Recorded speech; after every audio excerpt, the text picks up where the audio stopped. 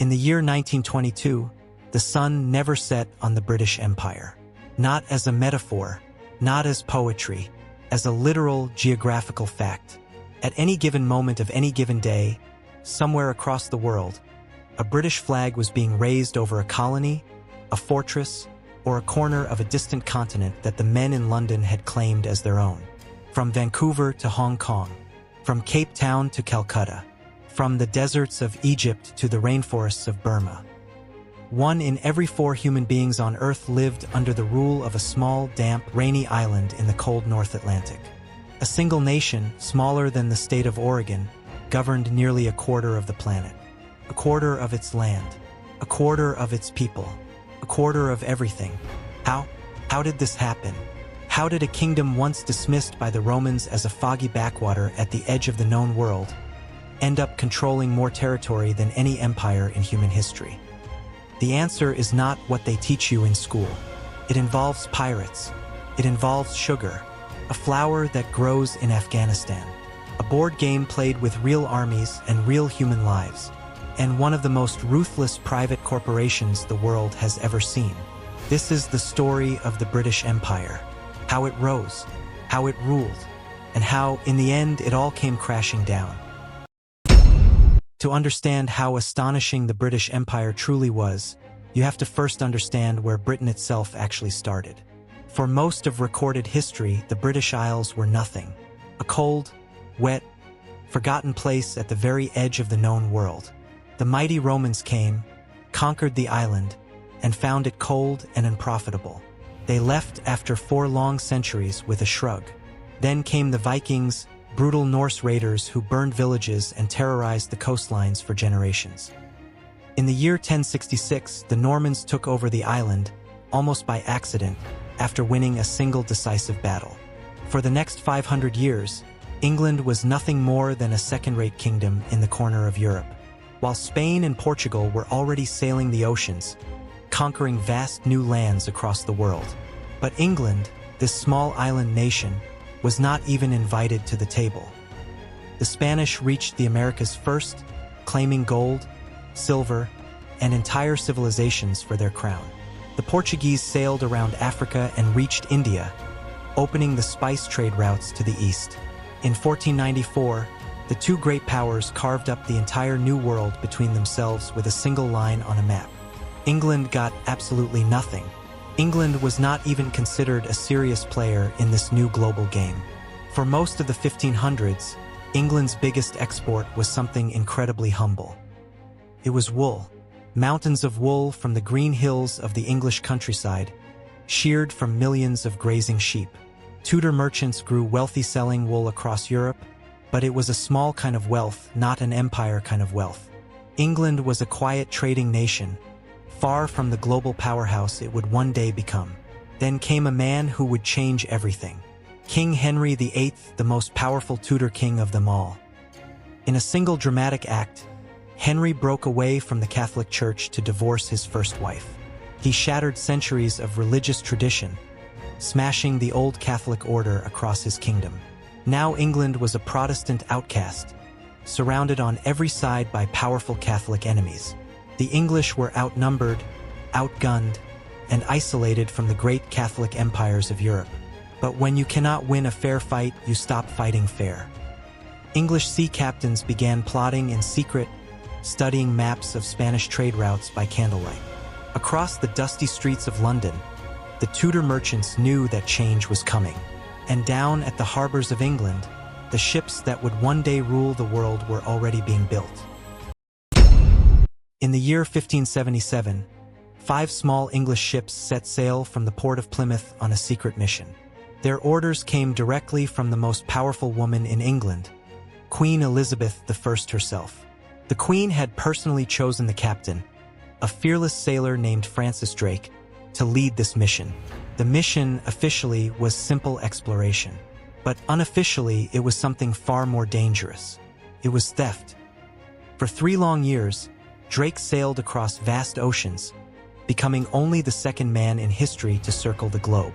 Drake stood at the helm of his galleon, the Golden Hind, studying his charts as the sea winds roared around him. Along the way, Drake's crew attacked Spanish galleons, fought brutal sea battles, and looted them of their treasure.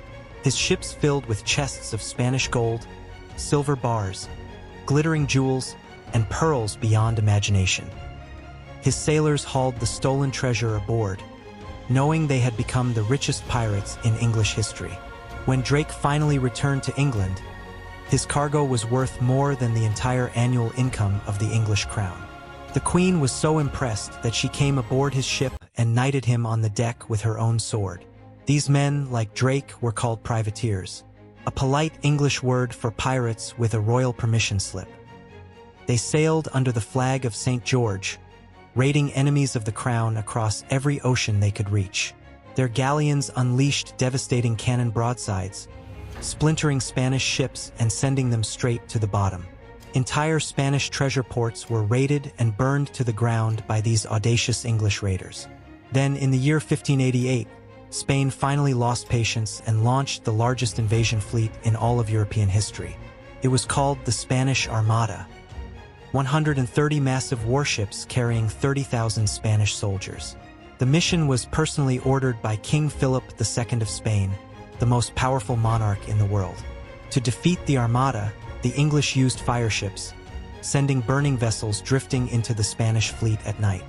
The flames spread quickly through the wooden Spanish galleons, lighting up the dark sea in a terrifying orange glow. Then came the storms, ferocious North Sea storms that smashed broken Spanish ships against rocky cliffs and coastlines. Spanish wreckage washed up on the cold shores of Ireland for weeks, the Great Armada utterly destroyed. For the very first time in history, tiny England had defeated the most powerful global superpower on Earth. Queen Elizabeth herself stood before her troops at Tilbury, dressed in armor, promising to defend her island kingdom. The English warships returned to Plymouth in triumph, cheered by crowds gathered along the harbor docks. English sailors filled London taverns, raising tankards of ale, celebrating their unbelievable victory against the Spanish. Across the country, English shipyards roared back to life, building bigger and better warships than ever before.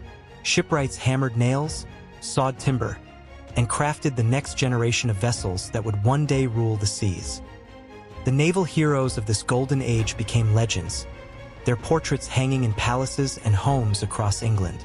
And the English fleet sailed into the Atlantic, ready to begin a new chapter, the chapter of empire. Here is something that will sound completely impossible to your modern ears. For most of the 1700s and 1800s, India, a vast subcontinent of over 200 million people, was not actually ruled by the British government. It was ruled by a corporation, a private company with shareholders, with a board of directors, and even with its own corporate logo. It was called the East India Company, and at its peak, it was the most powerful corporation that has ever existed in human history. The company was founded all the way back in the year 1600, in the very last days of Queen Elizabeth's long reign. A group of wealthy London merchants gathered together and were granted a royal charter, a monopoly on all English trade with Asia. At first, the company was small, just a handful of wooden ships and a few scattered warehouses on the Indian coastline. They had come to buy spices, silk, fine cotton, and tea. They had not come to conquer anyone. But India in the year 1700 was changing rapidly. The mighty Mughal Empire, which had ruled the subcontinent for 2 centuries, was now collapsing. Regional kings called Nawabs and Rajas began carving out their own territories, and they fought each other constantly for power. The company saw a golden opportunity. They began hiring Indian soldiers called sepoys to protect their growing warehouses, then to protect their valuable trade routes, then to fight on behalf of one Indian king against another in exchange for trading rights. By the year 1750, the East India Company had its own private army of over 50,000 trained sepoy soldiers. By the year 1800, that army had swelled to 200,000 men, twice the size of the entire British military itself. In the year 1757, at a small place called Plassey, a company officer named Robert Clive faced the powerful ruler of Bengal. Clive had only 3,000 men. The Bengali army had over 50,000. The odds were impossible. But Clive did not win this battle with guns or with courage. He won it with bribery. He paid the Bengali general, Mir Jafar, an enormous bag of gold to switch sides in the middle of the battle. When the fighting began, the Bengali army simply walked off the battlefield, leaving their ruler completely undefended. That single act of corporate skullduggery gave the East India Company total control of Bengal, the richest province in all of India. Overnight, this private corporation became the ruler of a country with more people than Britain itself. And then they kept going. Province by province, war by war, treaty by treaty, the company swallowed India whole. They began taxing Indian farmers. They began running Indian courts. They printed their own Indian currency. They had their own flag, a red and white striped banner that, by no coincidence, looked nearly identical to the flag the American colonies would soon raise in rebellion. They even began growing opium in their Indian fields, smuggling it into China to fund their endless expansion. Then, in the year 1770, disaster struck. A terrible famine swept across the province of Bengal. 10 million people died of starvation. 1/3 of the entire population of Bengal was wiped out in just a few years. And yet, throughout this catastrophe, the East India Company kept exporting Indian grain to Europe. The shareholders had to be paid. In their grand London boardrooms, men in powdered wigs raised glasses of fine wine, toasting their record profits. While in India, the bodies of the starved piled up in the streets and the villages emptied out one by one. It would take the British government nearly another 100 years to finally seize control of India from the corporation that ran it. The breaking point came in the year 1857, when the company's own sepoy army finally rose up in violent rebellion. What the British called the mutiny, Indians remember as the First War of Independence. It was crushed with terrible brutality. After the uprising, the Crown finally stepped in. Queen Victoria officially dissolved the East India Company in the year 1858. The company's striped flag was lowered for the very last time at a fort in Calcutta, ending an era of corporate empire. The British Crown now ruled India directly. The age of the company was over. The age of the British Raj had just begun. This was the British Empire, not always built by soldiers in red coats and parade uniforms. Often, it was built by accountants in quiet London offices, by clerks with ledgers, and by shareholders demanding profits. The most powerful empire in human history was, for over 2 centuries, just the most successful business venture in human history. And in many ways, the empire of business that began with the East India Company is still shaping our world today. While the East India Company was busy swallowing Asia, something far darker was happening on the opposite side of the world. It was happening in the Caribbean, on small tropical islands surrounded by turquoise blue water. In the early 1600s, British settlers arrived on islands like Barbados, Jamaica, and St. Kitts. They were searching for fortune. What they found on these islands would change the entire course of human history. They found something extraordinary. It was not gold. It was not silver. It was something sweeter and ultimately far more profitable. It was sugar, refined, white, crystalline sugar, made from the green sugarcane plants that grew wildly in the Caribbean soil. In the 1600s, Europe had almost no sweeteners at all. Honey was scarce. Fruit was seasonal and quickly spoiled. When the first Europeans tasted refined sugar, they described it as a miracle, a pure white luxury from the tropics. In London apothecaries, small glass jars of sugar were sold by the gram, more precious than many medicines of the day. The Caribbean climate, with its endless sun and tropical rains, turned out to be absolutely perfect for growing sugarcane. British plantations spread rapidly across the islands. Vast green fields of sugarcane stretched as far as the eye could see. But there was a terrible problem. Growing sugarcane was brutal, backbreaking, dangerous work. It required massive amounts of labor. The cane had to be cut by hand, in the burning Caribbean sun, then crushed and boiled before it spoiled. The plantation owners decided that no European would do this work willingly, and no European could survive it for very long. So they made a choice that would haunt the world for centuries afterward. They decided to buy human beings. Over the next 200 years, British ships carried more than 3 million enslaved Africans across the vast Atlantic Ocean. Men, women, and children were chained in the dark holds of merchant ships, packed shoulder to shoulder for the long voyage. The journey across the Atlantic was so cruel that roughly 1 in every 5 people died before ever reaching the Caribbean shore. The survivors were sold in Caribbean and American ports, forced to work on sugar plantations until their bodies gave out. On a sugar plantation, the average life expectancy of an enslaved worker was less than 10 short years. This was not a side activity of the British Empire. It was not a small footnote in the history books. It was the engine. The profits from sugar, from tobacco, and from cotton, all grown by enslaved hands, funded the rise of the British economy. They built the great banks of London. They built the warehouses of Liverpool and the docks of the city of Bristol. They paid for the powerful British Navy that would soon go on to dominate the oceans of the entire world. The Industrial Revolution itself, the factories, the steam engines, the railways, was bankrolled in large part by this dark trade. By the late 1700s, British ships were transporting more enslaved people across the Atlantic than any other nation on Earth. Britain did not just participate in the slave trade. For nearly a century, Britain absolutely dominated it. And then, in one of history's strangest reversals, something remarkable happened. Britain decided to end it. After decades of relentless pressure from brave abolitionists, the British Parliament finally took action. Men like William Wilberforce stood up in Parliament, again and again, demanding an end to this terrible human trade. Former enslaved people like Olaudah Equiano wrote books and gave speeches that shocked the British public into awareness. In the year 1807, Britain banned the transatlantic slave trade across its entire empire, the first major power to do so. Then, in the year 1833, Britain abolished slavery itself throughout all its colonies around the world. But here is the part that history books often quietly skip over.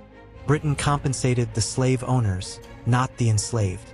£20 million, an absolutely enormous sum at the time, was paid out to plantation owners as compensation for their lost property.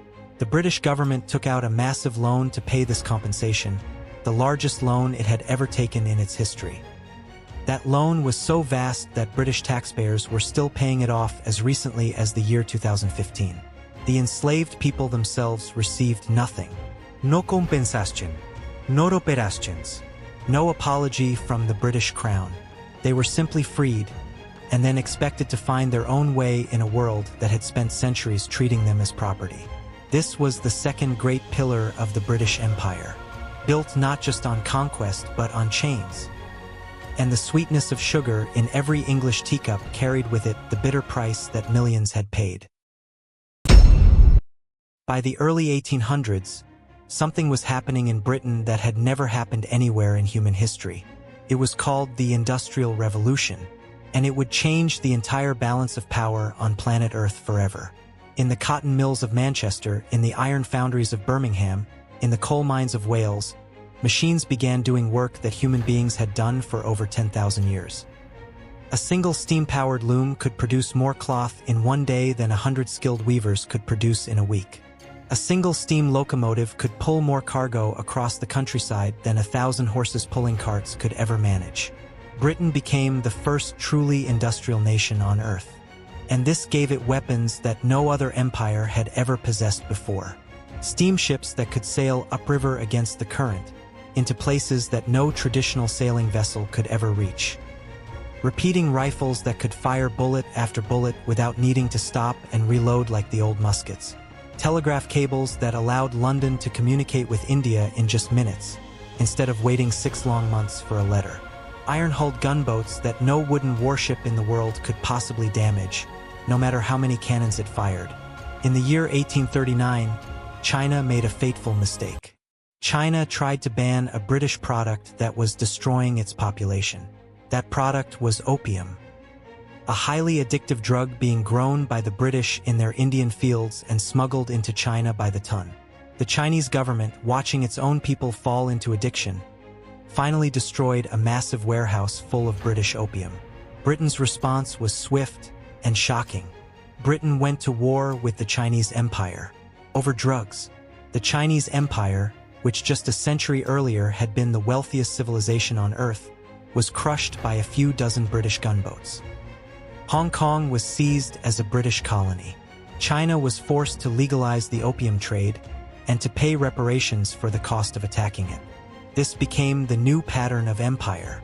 Wherever British business interests went, the powerful British Navy soon followed. Australia became a British colony, first used as a dumping ground for convicts, then settled by colonists on lands taken from the Aboriginal peoples who had lived there for 50,000 years. New Zealand became British. Vast swaths of West and East Africa became British. Egypt became British. Sudan became British. Burma became British. Malaya, Singapore, and dozens of small island chains scattered across the Pacific became British. By the year 1900, the map of the entire world was painted pink, the color used to mark British imperial territory. The British Empire spanned every continent on Earth, every ocean, and every climate zone from the polar circles to the equator. In quiet London offices, men in tailored Victorian suits drew lines on maps of countries they had never personally visited. They decided which African kingdom would become which colony, which tribal lands would be split between which European powers. In the year 1884, they gathered for a famous conference in the city of Berlin to formally divide up the entire continent of Africa. Not a single African leader was invited to this conference. The borders they drew that week were entirely European decisions. And the borders they hastily drew on those maps in Berlin still cause wars and ethnic conflicts in Africa to this very day. The British Empire of Steam was now the largest, the wealthiest, and the most powerful empire in all of human history. It connected the world like never before with railways, with telegraph wires, with shipping lanes that crisscrossed every ocean. And it ruled that connected world with a confidence, an arrogance, and a brutality that the planet had never witnessed before. The age of steam had given Britain the power of the gods, and Britain had every intention of using it. In the year 1877, Queen Victoria, already the most powerful monarch in Europe, was given a new and grander title. She was now to be known as the Empress of India, the ruler of 300 million people across the Indian subcontinent. It was meant as a gift, a recognition that the most populous part of the British Empire was now formally her own. The age of the East India Company was finally over. The age of the British Raj had now begun in earnest. The Crown had taken full and direct control of India after crushing the Great Rebellion of 1857 with brutal force. India was now the jewel in the British Crown. And that phrase was not just poetic, it was literal. The Kohinoor diamond, one of the largest and most magnificent cut diamonds in the entire world, was set into the crown jewels of England. It had been taken from a 10-year-old Sikh prince named Duleep Singh in the year 1849, after Britain conquered the Punjab. That diamond still sits in the Tower of London to this very day, on display for tourists from every corner of the world. For nearly a century, India under direct British rule was a strange and contradictory paradox. The British built railways across the subcontinent, over 40,000 miles of them, the largest railway network in all of Asia. They built telegraph lines that connected every corner of the country. They built grand colonial post offices and government buildings. They built universities where Indians could be educated in English, in mathematics, in law, and in Western philosophy. They built courts that, in theory, applied the same laws to all people regardless of their birth or background. They unified a vast subcontinent that had been divided into hundreds of kingdoms for thousands of years. But while the British were building this impressive infrastructure, they were also draining India absolutely dry. Modern economists have estimated that Britain extracted something between $45 and $65 trillion in modern money from India. $45 trillion. Drained from one of the wealthiest civilizations on Earth over 2 centuries of colonial rule. When the British first arrived in India, it was one of the richest economies in the entire world. When the British finally left, India had become one of the poorest nations on the planet. During this same period, India suffered repeated devastating famines. Some were natural disasters caused by failed monsoons.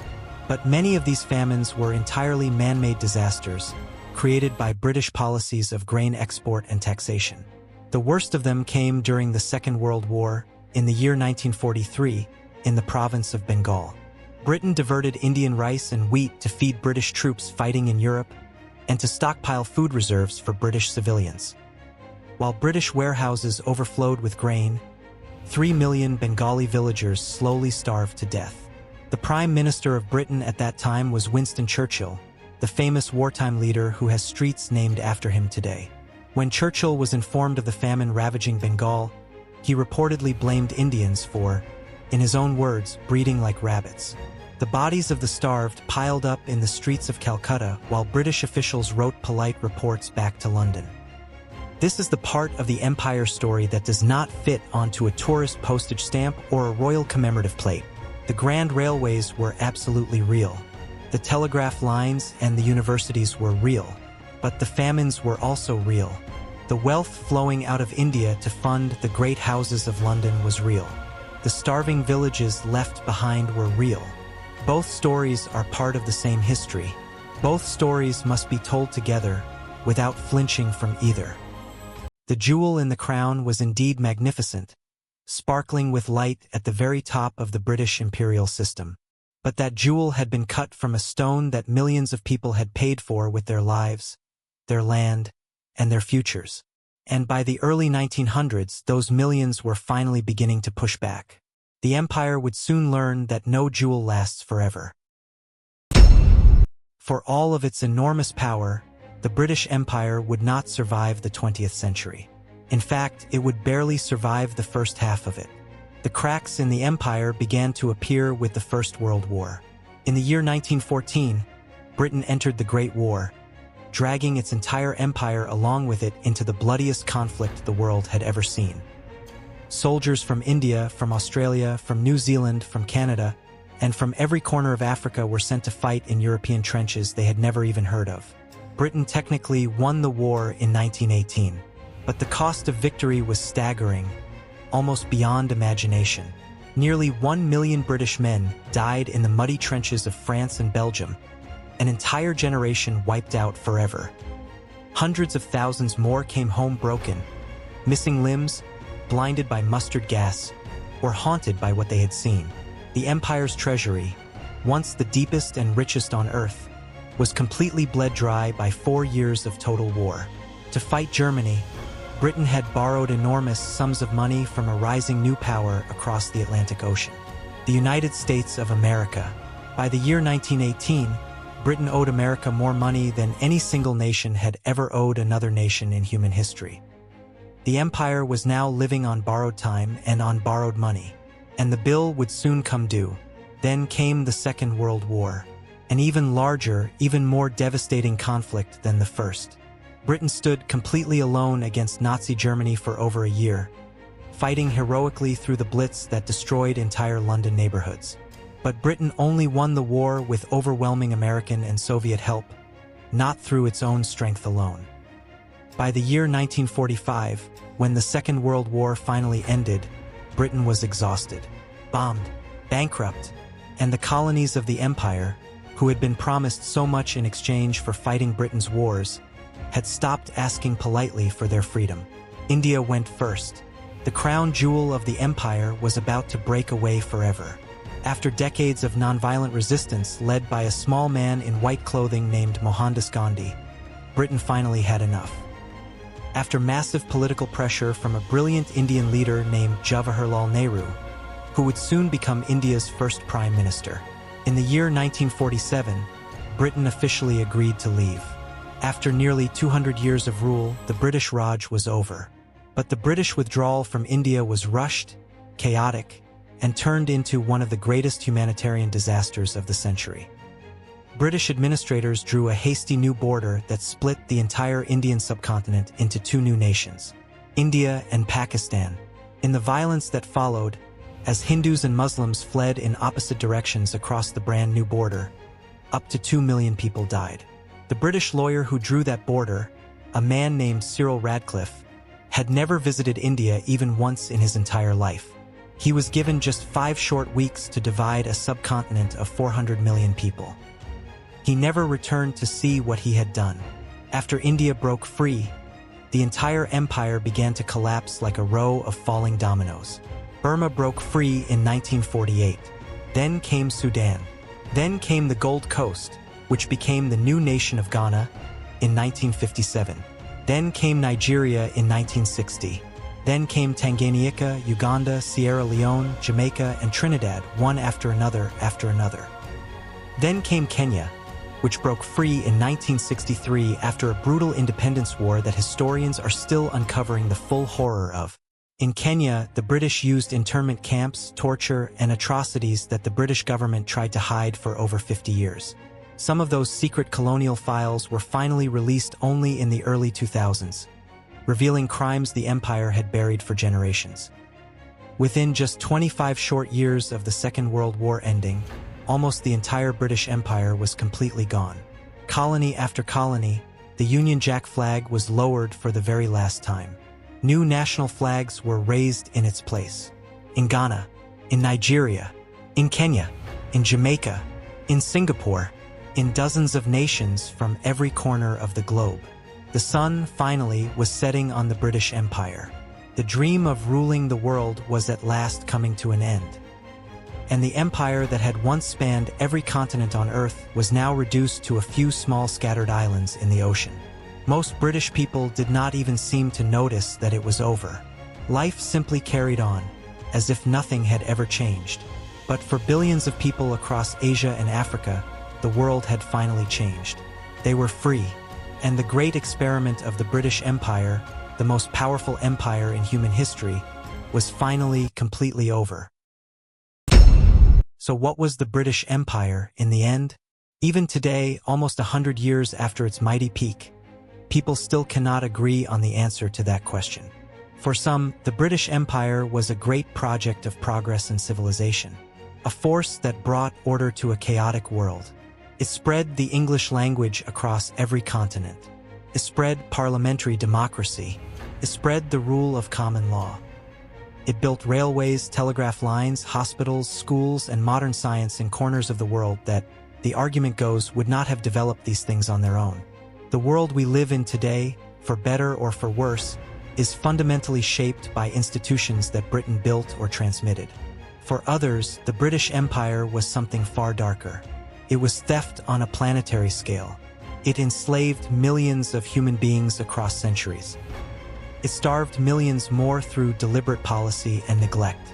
It looted entire continents to enrich one small island in the cold North Atlantic. It drew borders on maps that have produced wars from Israel and Palestine to India and Pakistan to Iraq and Syria. Those borders, hastily scratched onto parchment by men in London offices who had never visited the lands they were dividing, still bleed today. The British Empire built its enormous wealth on a foundation of human suffering, and then quietly walked away when the bill came due. So which version is true? Was it the empire of progress, or was it the empire of theft? The honest answer is that both of these things are absolutely true at the same time. The British Empire was the largest empire in human history. That much is undeniable fact. It governed, at its peak, over 450 million people across every inhabited continent on Earth. It built railways that still carry passengers across India to this very day. It built courts that still uphold justice in Ghana and Singapore. And it also enslaved millions, starved millions more, and looted gold, diamonds, spices, and centuries of human labor. It is gone now. The Union Jack has come down everywhere, except a few scattered specks of land in the world's oceans. But its fingerprints are on almost everything in our modern world. The maps we still use, the languages we still speak, the borders we still cross, the grudges that nations still hold against each other. The reason English is spoken in offices from Mumbai to Lagos to Sydney is because of the British Empire. The reason cricket is played in Pakistan and tea is drunk in Kenya is because of the British Empire. The reason millions of immigrants from former colonies now call modern Britain their home is because of the British Empire. The empire is gone. But the empire, in many strange and surprising ways, is also everywhere. In the year 1922, the sun never set on the British Empire. That was the fact of the world. Today, almost 100 years later, the sun never quite stops setting on it either. The story is still being told. The story of how a tiny rainy island in the North Atlantic took over a quarter of the entire world, and then somehow lost it all, is not just history. It is the world we still live in today. The empire is gone, but the world the empire built is still here all around us. And that, more than any treaty, any flag, any queen, or any colony, is the true and lasting legacy of the British Empire. Thank you so much for watching. If you enjoyed this story, please subscribe to Ether Stories for more journeys through the rise and fall of empires. Because every empire, no matter how mighty, no matter how vast, eventually falls. And every empire leaves behind a world reshaped by its passing. The Mongols, the Ottomans, the Romans, the Vikings, every one of them has a story to tell us about how power rises and how power always eventually ends.